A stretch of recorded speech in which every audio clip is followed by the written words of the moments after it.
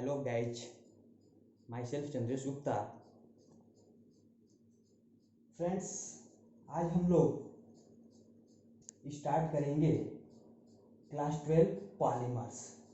Friends, जैसा कि आप सभी लोग जानते हैं कि पूरा देश कोरोना जैसे वैश्विक महामारी से जूझ रहा है और इस बीच लॉकडाउन में हम लोग क्लास 12 का एक लेक्चर केमिकल काइनेटिक्स कंप्लीट कर चुके हैं। फ्रेंड्स, इसी तरह हम लोग फर्स्ट ईयर में और क्लास 10th में भी एक एक चैप्टर कंप्लीट करने वाले हैं, बट सेकेंड ईयर में हम लोग केमिकल काइनेटिक्स एक चैप्टर कंप्लीट कर लिए हैं और आज हमारा पॉलीमर्स न्यू टॉपिक जो ऑर्गेनिक का पार्ट है स्टार्ट होगा। तो हम लोग इस लॉकडाउन में जो भी संसाधन उपलब्ध थे उसमें धीरे धीरे काफ़ी हर क्लासेज में एक एक चैप्टर कंप्लीट कर चुके हैं। आशा करते हैं कि ये वीडियो आप लोगों के लिए काफ़ी लाभदायक होगा और इस वीडियो जो भी वीडियो बने हैं इनको आप लोग देखिए और कमेंट करके और अपनी राय देके हमें मार्गदर्शन बताइए। आप सभी लोगों का सहयोग चाहिए, तभी जाके कोई चीज़ आगे अच्छी होती है। तो आज हम लोग शुरू करेंगे पॉलीमर्स। ऑर्गेनिक का इम्पोर्टेंट टॉपिक है पॉलीमर्स और बोर्ड की दृष्टि से भी काफ़ी इम्पोर्टेंट है और कंपटीशन की दृष्टि से इंट्रोडक्शन और बेसिक हमारा इंट्रोडक्टरी लेक्चर होगा और बेसिक लेक्चर जो है यह कंपटीशन की दृष्टि से भी काफ़ी अच्छा चैप्टर है जिसमें से क्वेश्चन मिलना ही मिलना है, या यूपीटी हो, यूपीटीयू या नीट हो, ये सब भी जो भी कंपटीशन उसमें पॉलीमर से क्वेश्चंस मिलने ही मिलने हैं। तो हम आज जो भी हमारा ये लेक्चर होगा एक स्टैंडर्ड होगा। आशा करेंगे हम लोग कि एक स्टैंडर्ड डिस्कस करें, जो भी टॉपिक करें एक स्टैंडर्ड लेवल पे करें ताकि आप लोग को आगे दिक्कत ना हो, या जो कंपटीशन वाले बच्चे हैं वो भी इनको इस वीडियो को देख सकते हैं। तो आइए जानते हैं पॉलीमर्स। पॉलीमर्स है क्या? पॉलीमर्स दो शब्दों पॉली, यहाँ पे देखिए पॉली धन मर्स से मिलके बना है। यह ग्रीक वर्ड है और Greek word poly Greek word poly plus meros कहिए या मर्स कहिए, कोई बात नहीं, पॉली प्लस मेरोस से बना है। ये पॉली प्लस मेरोस से बना है पॉलीमर्स और इसका अर्थ होता है पॉली मीन्स, यहाँ पे पॉली जो है पॉली मीन्स होता है मेनी। पॉली मीन्स क्या होता है? मेनी। मर्स मीन्स होता है यूनिट या पार्ट।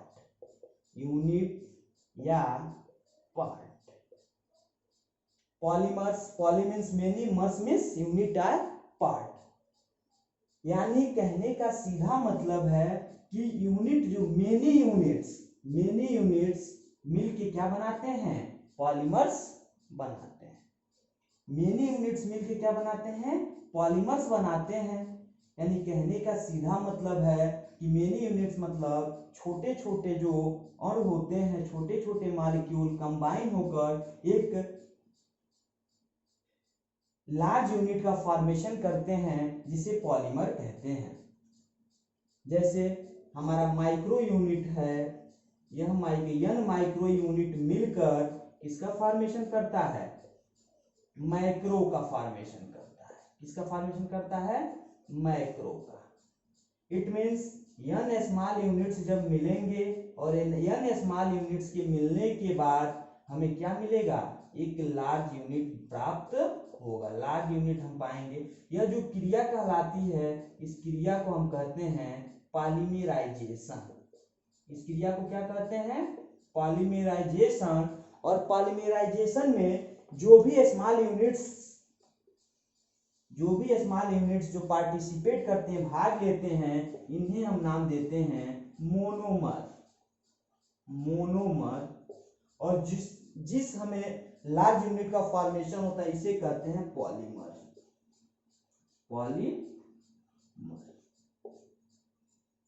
आशा करते हैं फिर से एक बार, पॉलीमर्स पॉली प्लस मर्स से मिलके बना है। पॉली का अर्थ होता है मेनी, मर्स मीन्स यूनिट और पार्ट। यानी मेनी यूनिट्स मिलके किसका फॉर्मेशन करते हैं, मेनी यूनिट्स या मेनी पार्ट मिलके पॉलीमर का फॉर्मेशन करते हैं। It means n micro molecule को जब मिलाएंगे, छोटे छोटे मॉलिक्यूल्स मिलकर और एक बड़े मॉलिक्यूल्स का फॉर्मेशन करते हैं, यानी n माइक्रो यूनिट्स जब मिलते हैं तो एक माइक्रो यूनिट का फॉर्मेशन होता है। माइक्रो मीन्स स्मॉल यूनिट्स जब मिलते हैं लार्ज यूनिट का फॉर्मेशन होता है, और यह जो स्मॉल यूनिट्स या माइक्रो यूनिट्स होते हैं known as monomer. It means polymerization की जो क्रिया होती है, यह जो क्रिया होती है उसे हम पॉलीमराइजेशन कहते हैं, और पॉलीमराइजेशन की क्रिया में जो भी यूनिट्स भाग लेते हैं उन्हें मोनोमर कहते हैं। यानी इसलिए भी इक्वेशन लिख सकते हैं monomers gives polymers. Monomers gives polymers, यहां से दिखाते हैं। मोनोमर्स जो है इट मीन्स पॉलीमराइजेशन की जब क्रिया होती है, और पॉलीमराइजेशन की क्रिया में मेनी यूनिट्स जो भी पार्टिसिपेट करते हैं, जो भाग लेते हैं, वही यूनिट्स कंबाइन होके पॉलीमर का फॉर्मेशन करते हैं। इट मीन्स मोनोमर्स हैं, और मोनोमर्स हैं क्या, ध्यान से समझने वाले, मोनोमर्स क्या हैं, जो यूनिट्स भाग लेते, यही n मोनोमर्स भाग लेते हैं, और यह n मोनोमर्स भाग लेते हैं, और जब पॉलीमराइजेशन यानी यह जो क्रिया होती है, यह जो फेनोमेना है, इस फेनोमेना को हम कहते हैं पॉलीमराइजेशन। और इस पॉलीमराइजेशन के बाद जो हमें ऑब्टेंड होता है उसे हम कहते हैं पॉलीमर।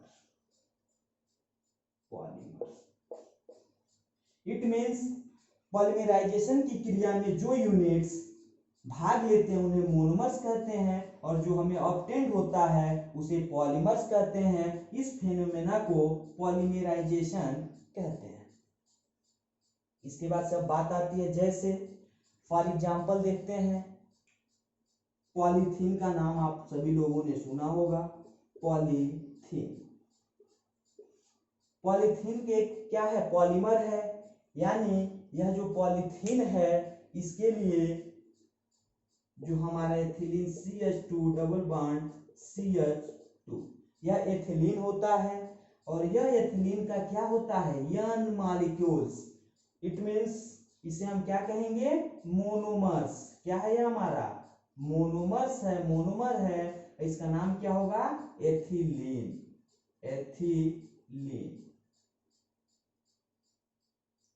और यह जो मोनोमर्स एथिलीन, यह जब क्रिया करता है, यानी पॉलीमराइजेशन की क्रिया होती है, और जब पॉलीमराइजेशन की क्रिया होती है और पॉलीमराइजेशन की क्रिया के फलस्वरूप जो हमें ऑब्टेंड होता है, इट मींस CH2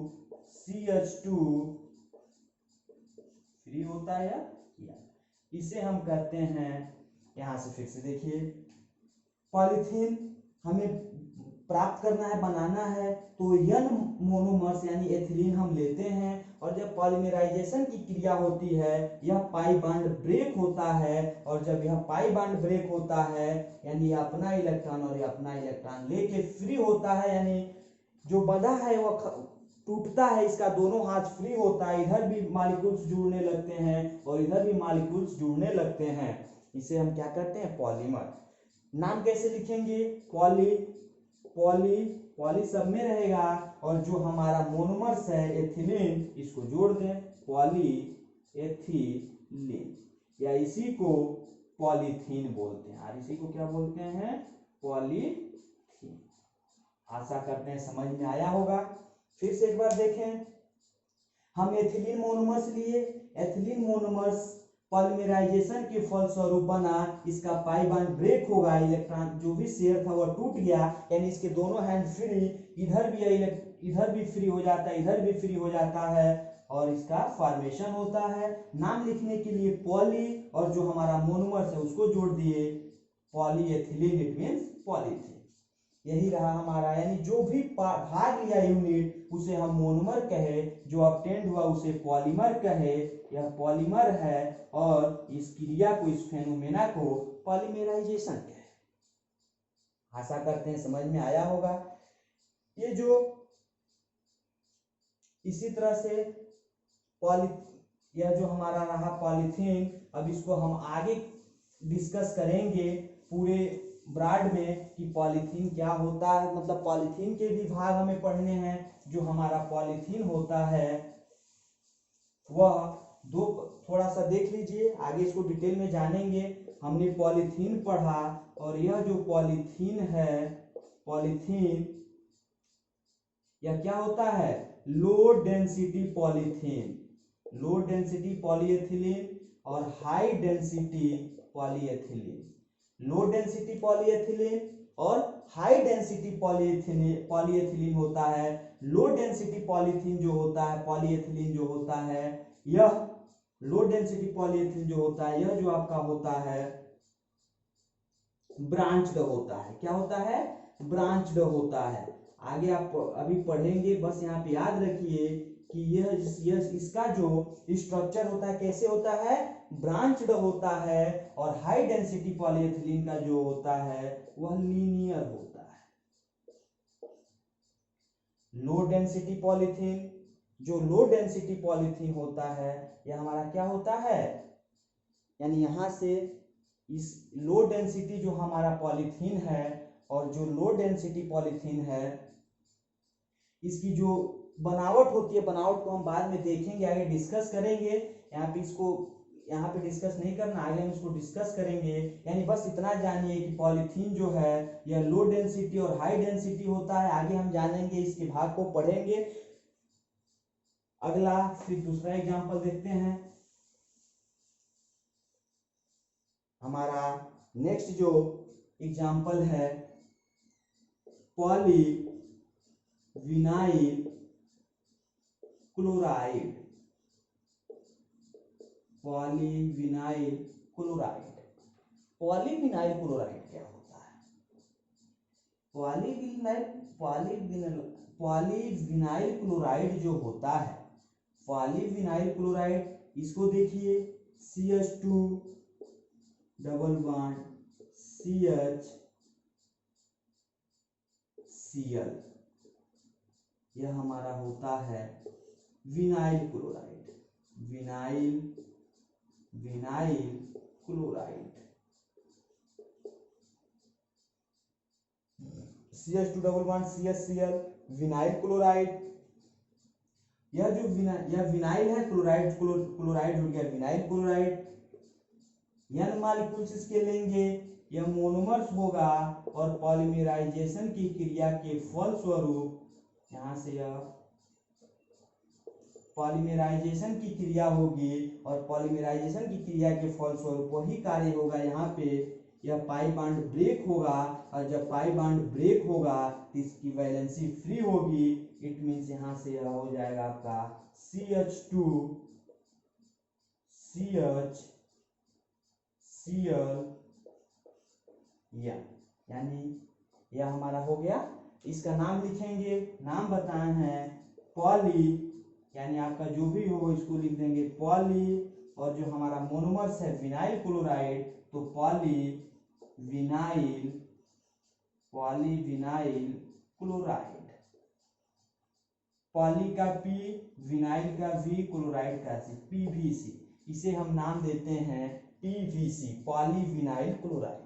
यानी कहने का सीधा सीधा मतलब हमारा जो है वह सीधा मतलब यह है कि जो पॉलीविनाइल क्लोराइड है वह विनाइल क्लोराइड मोनोमर्स है, यह मोनोमर्स है, क्रिया पॉलीमराइजेशन, और जो हमें ऑब्टेन्ड हुआ वह पॉलीमर, यानी n मोनोमर्स मिलके एक पॉलीमर का निर्माण किए हैं।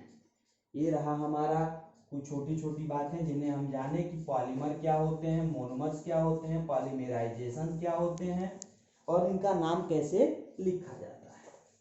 इसके बाद से मोनोमर्स जब हम जान गए, तो मोनोमर्स जो हमारे होते हैं, मोनोमर्स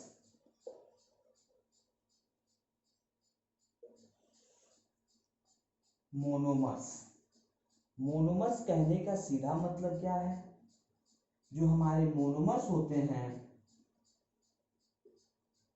मोनोमर्स ये दो प्रकार के, होमो मोनोमर्स, होमोमोनोमर्स, और दूसरा जो होता है को मोनोमर्स,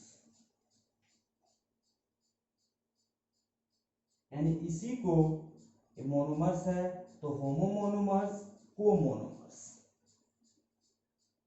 यानी इसको होमोमोनोमर्स, होमो मीन्स क्या, सम, मोनोमर्स यानी ऐसे मोनोमर्स जो क्या हो, सब एक समान हो, उसे होमोमोनोमर्स, और कोमोनोमर्स या इसी को हेट्रो नाम देते हैं, यानी जो विषम हो। यानी होमोमोनोमर्स यानी इसको होमोपॉलीमर्स भी नाम देते हैं, इसको कोपॉलीमर्स कहते हैं। यानी यह जो होगा होमोपॉलीमर, होमोपॉलीमर, और यह जो होगा कोपॉलीमर, कोपॉलीमर।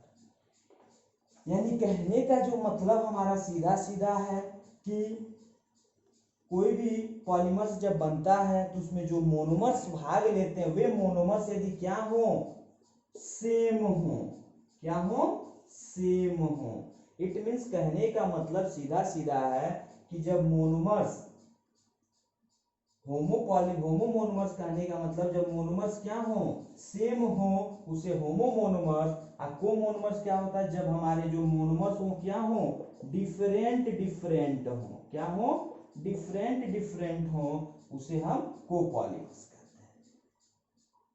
जब सेम मोनोमर्स हो तो होमोमोनोमर्स, डिफरेंट डिफरेंट मोनोमर्स हो तो कोमोनोमर्स। यानी यहां से एग्जांपल दोनों का देखते हैं।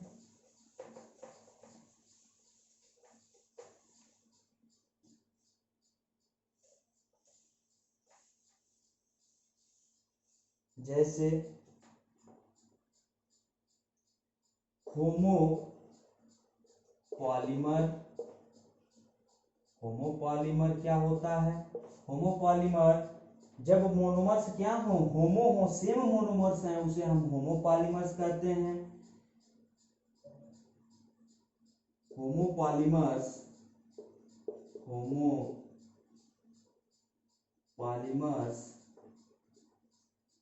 Are formed from, homopolymers are formed from same or one type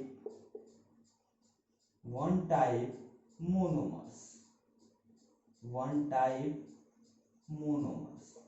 Homopolymers are formed from same or one type monomers.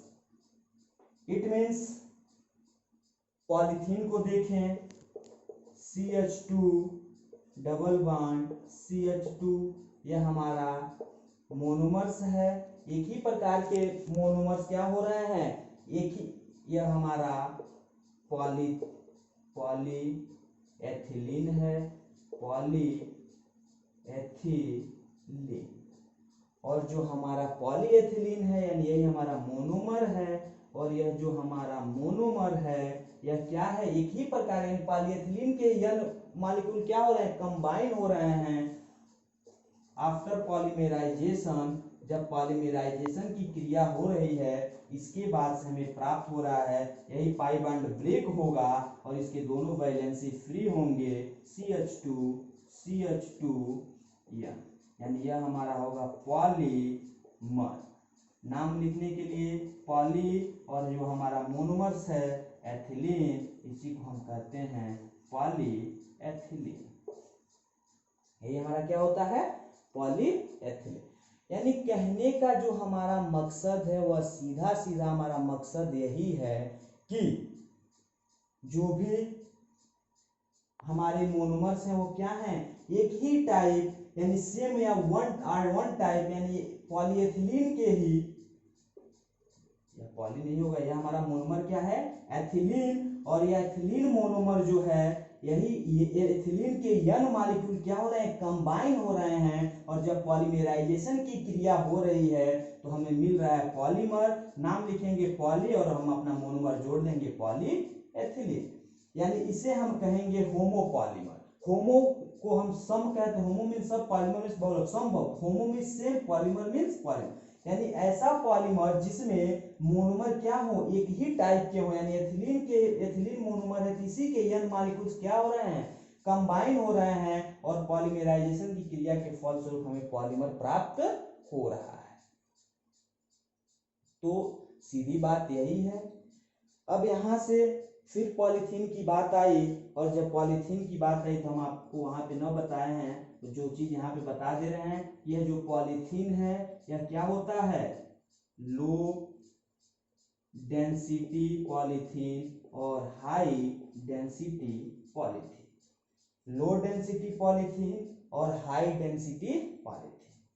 Low density polythene कहने का सीधा मतलब है, लो डेंसिटी पॉलीथीन जो होता है, यह लो डेंसिटी पॉलीथीन कहने का सीधा मतलब है, इसमें जो स्ट्रक्चर होता है वह ब्रांच्ड होता है। क्या होता है, ब्रांच्ड होता है।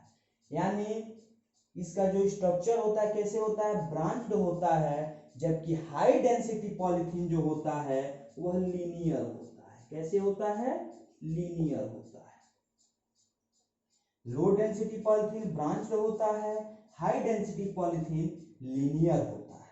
ब्रांच्ड जब होंगे तो उसका जो डेंसिटी होगी वह कम हो जाएगी, लीनियर में उसकी डेंसिटी अधिक हो जाती है। तो बात की बात है, आगे हम इसको डिस्कस करेंगे। यानी यह हमारा रहा होमोपॉलीमर्स। आशा करते हैं समझ में आया होगा कि जब ऐसे मोनोमर्स हो जो एथिलीन का ही एक ही मोनोमर का हम n मॉलिक्यूल ले रहे हैं, यानी एक ही प्रकार का मोनोमर जब जिस पॉलीमराइजेशन की क्रिया में यूज किया जाए, नोन एज होमोपॉलीमर। यानी यह मोनोमर को जब एक ही प्रकार का मोनोमर यूज है जिसे हम कहेंगे होमोमोनोमर, और पॉलीमराइजेशन क्रिया के फलस्वरूप जो हमें प्राप्त होगा उसे हम कहेंगे होमोपॉलीमर। यानी होमोपॉलीमर ऐसा पॉलीमर जिसमें क्या किया गया है, मोनोमर एक ही प्रकार का यूज किया गया है, उसे हम होमोपॉलीमर कहते हैं। दूसरा जो हमारा है हेट्रोपॉलीमर या कोपॉलीमर। दूसरा क्या है, हेट्रोपॉलीमर या कोपॉलीमर। हेट्रोपॉलीमर और कोपॉलीमर। हेट्रोपॉलीमर और कोपॉलीमर कहने का मतलब, hetero means different, hetero means different, विषम, भिन्न भिन्न। ऐसे पॉलीमर्स जिसमें मोनोमर्स क्या हो, डिफरेंट डिफरेंट मोनोमर्स यूज किए गए हों, उसे हम कहते हैं हेट्रोपॉलीमर। जैसे कह सकते हैं कि हेट्रोपॉलीमर आर फॉर्म, यहां पे लिख दे,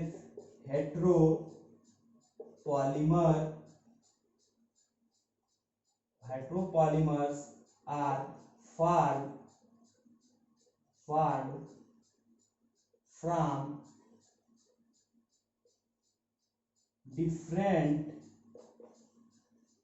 different two or more than two. Heteropolymers are formed from different two or more than two monomers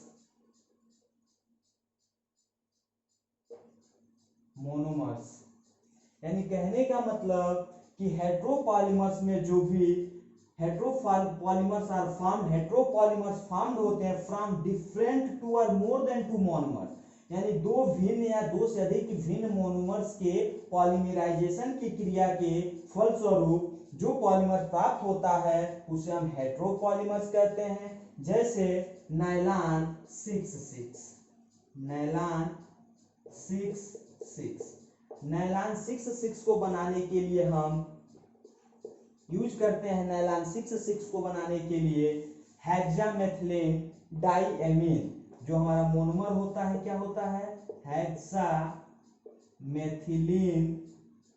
hexamethylene diamine and adipic acid. आप देख रहे हैं हेक्सामेथिलीन डाइएमीन एक अलग मोनोमर्स है, एडिपिक एसिड एक अलग मोनोमर्स है, तो डिफरेंट टू मोनोमर्स हैं, तो heteropolymers are found from a different two or more than two monomers, different two monomers या more than two monomers, जो भी मोनोमर्स हैं वो डिफरेंट डिफरेंट हो, तो उसके पॉलीमराइजेशन के बाद जो हमें पॉलीमर्स प्राप्त होगा उसे हम कहेंगे, क्या कहेंगे, हेट्रोपॉलीमर्स। जैसे हेक्सामेथिलीन CH2 हेक्सामेथिलीन डाइएमीन है H2N NH2, हेक्सामेथिलीन डाइएमीन इसका N molecule plus adipic acid HOOC CH2 4COOH, इसका भी N मॉलिक्यूल, यानी इन दोनों के N मॉलिक्यूल्स हमने लिया, और जब यह क्रिया करेगा और क्रिया के फल स्वरूप हमें प्राप्त होगा, यानी यहां से भी हमें मिलेगा HN CH2 6N C double bond O, यहाँ पे NH C डबल बॉन्ड, यहाँ पे C double bond O CH2 4 C double bond O। यानी कहने का सीधा सीधा मतलब क्या है, यहां से H2N यानी यह हमारा जो था, यह इसे हम कहेंगे हेक्सामेथिलीन, इसका नाम होगा हेक्सामेथिलीन। यहां से देखिए हेक्सामेथिलीन डाइएमीन, हेक्सामेथिलीन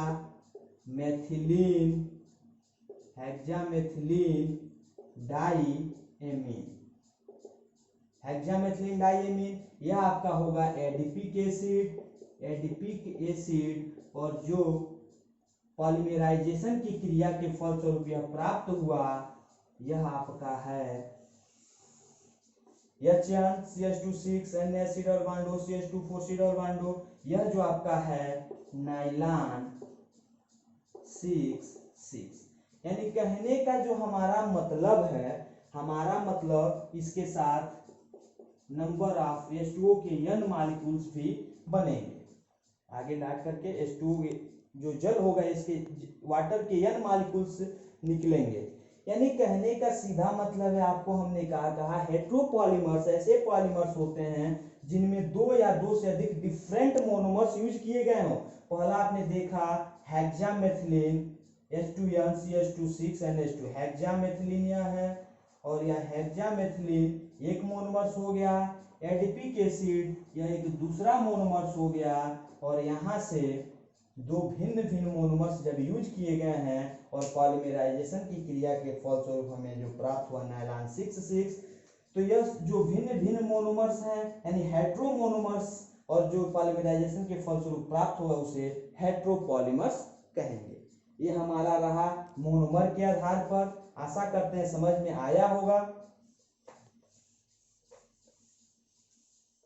इसके बाद से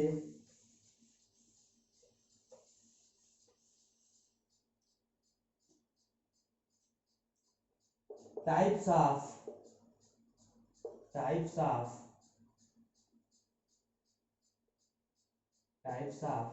पॉलीमर्स, टाइप्स ऑफ पॉलीमर्स है।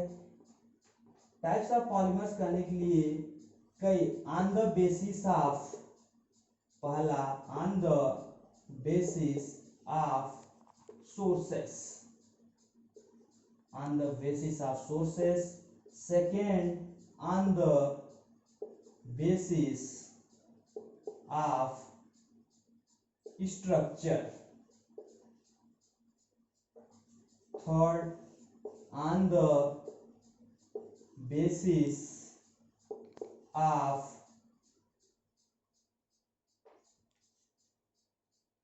molecular attraction, molecular interactions,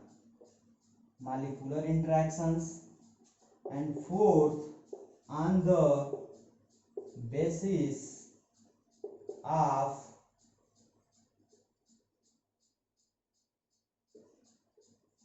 synthesis on the basis of sources या सोर्सेस है, इसको हम डिटेल अगले लेक्चर में जानेंगे। यहाँ पे थोड़ा सा जान लेते हैं बस। On the basis of sources यानी ऐसे पॉलीमर्स जो सोर्सों से प्राप्त होते हैं, स्रोतों से प्राप्त होते हैं, और जो सोर्स या स्रोत है वह क्या हमारा हो सकता है, यानी नेचुरल सोर्स जो है, यानी कहने वाला सोर्स कुछ भी, यानी जो सोर्स से प्राप्त होते हैं उसे हम क्या कहते हैं, उसे हम कहते हैं कि सोर्स के आधार पर, तो सोर्स के आधार पर तीन प्रकार का, पहला जो होता है नेचुरल,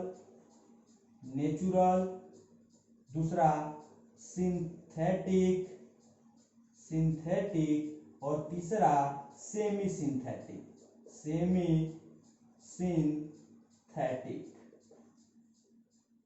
उसी तरह से on the basis of structure, इसके आधार पे भी तीन प्रकार के होते हैं, पहला लीनियर, दूसरा branched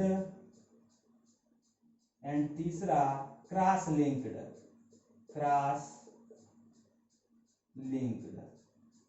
on the basis of molecular interactions के आधार पे चार प्रकार के होते हैं। On the basis of synthesis के आधार पे दो प्रकार के होते हैं। तो कहने का सीधा मतलब है नेचुरल प्रकृति, यानी जिसका स्रोत क्या हो, नेचुरल हो, नेचर हो, उसे नेचुरल पॉलीमर। सिंथेटिक पॉलीमर्स जिसे क्या किया जाए, लैब में ऑब्टेन किया जाए, लैब में बनाया जाए, उसे सिंथेटिक। सेमी सिंथेटिक कहने का मतलब जो नेचुरल हो बट उसमें कुछ केमिकल कॉम्बिनेशन किया गया हो, केमिकल चेंजेस किए गए हो, उसे हम कहेंगे सेमी सिंथेटिक।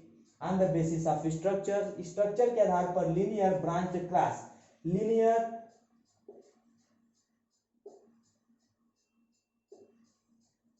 ये लीनियर हो गए, ब्रांच्ड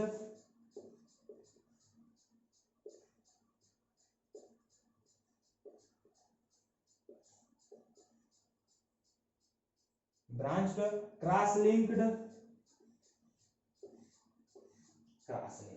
यानी लीनियर जो क्या हो, लीनियर यानी एक रेखा में हो उसे लीनियर, स्ट्रक्चर जो ब्रांच्ड हो, शाखा युक्त हो, और क्रॉस लिंक्ड जो क्या हो, तो लीनियर में जो होता है यह, इसकी डेंसिटी हाई होती है, डेंसिटी क्या होती है, डेंसिटी हाई होती है,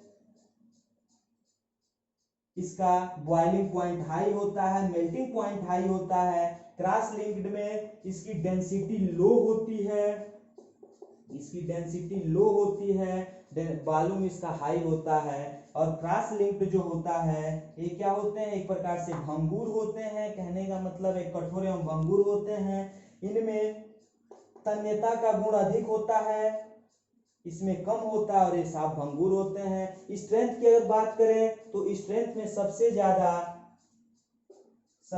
जो स्ट्रेंथ होता है वह क्रॉस लिंक्ड का होता है, क्रॉस लिंक्ड, उसके बाद से लीनियर, और हमारा ब्रांच, यानी ब्रांच की डेंसिटी कम होती है, स्ट्रेंथ भी इसका कम होता है, इसका ड्यूक्टाइल नेचर कम होता है, बॉइलिंग पॉइंट कम होती है, मेल्टिंग पॉइंट कम होती है वहीं पे। इसीलिए, और ये जो होते हैं सबका एग्जाम्पल है, सबके एग्जाम्पल को हम लोग देखेंगे, डिटेल डिस्कशन करेंगे अगले लेक्चर में। आशा करते हैं कि ये जो बेसिक था, इंट्रोडक्टरी पार्ट था, आपको समझ में आया होगा। यदि कोई दिक्कत हो, किसी भी प्रकार का कोई प्रॉब्लम हो तो कमेंट बॉक्स में लिख कर बताएं। Thank you.